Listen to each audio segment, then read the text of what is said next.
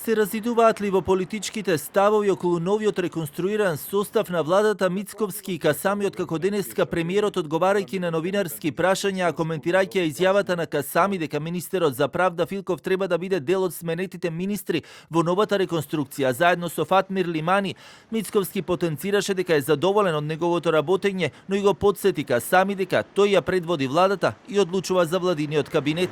Па не знам, тоа можеби треба да го прашате господин Било Касами. Не, јас немам ваква информација. Јас сум задоволен со работењето на господинот Фатмир Лимани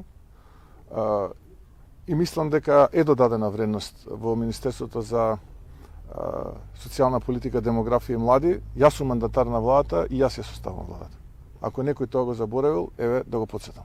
Филков пак и денеска посочи дека работел професионално и согласно законите, а на Касами му реплицираше дека тој не е премиер да одлучува за тоа кој ќе биде дел, а кој не од владиниот состав. Кој ќе биде бил Касами премиер, тогаш веројатно он ќе кажува кој ќе биде министер, а кој не. А до тогаш владењето на правото, односно почитувањето на уставот и законите ќе важат за сите. Темата за реконструирање на владиниот состав Касами ја наметна во едно од неговите последни телевизиски гостувања, додавајќи дека е можна смена и на министерот за социјална политика и демографија и млади Фатмир Лимани, бидејќи имал одредени забелешки во неговото работење во извршната власт. Токму оваа тема е една од неколкуте и на вечерашниот состанок на БЕСА во нејзиниот централен штаб во Тетово.